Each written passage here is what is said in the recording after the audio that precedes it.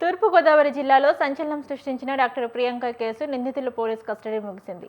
2 రోజుల పాటు నిందితులను పోలీసులు లోతుగా వివరించారు. ఘటన దారి తీసిన పరిస్థితులు, నిందితుల కదలికలు, ప్రమాదం జరిగిన సమయంలో చోటు చేసుకున్న పరిణామాలపై పోలీసులు ప్రశ్నించినట్లు సమాచారం.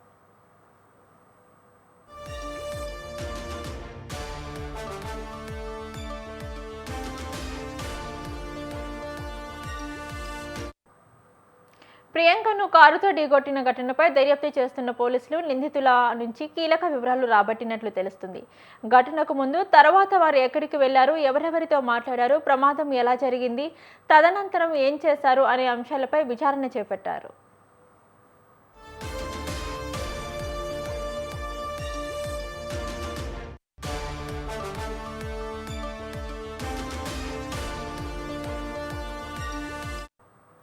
ఇక కస్టడీ ముగియడంతో నిందితులకు వైద్య పరీక్షలు నిర్వహించారు. అనంతరం వారిని రాజమండ్రి కేంద్ర కారాగారానికి తరలించారు. నిందితుల నుంచి సేకరించిన వివరాలు, ఇప్పటికే లభించిన ఆధారాలు ఆధారంగా తదుపరి దర్యాప్తును పోలీసులు కొనసాగించనున్నారు.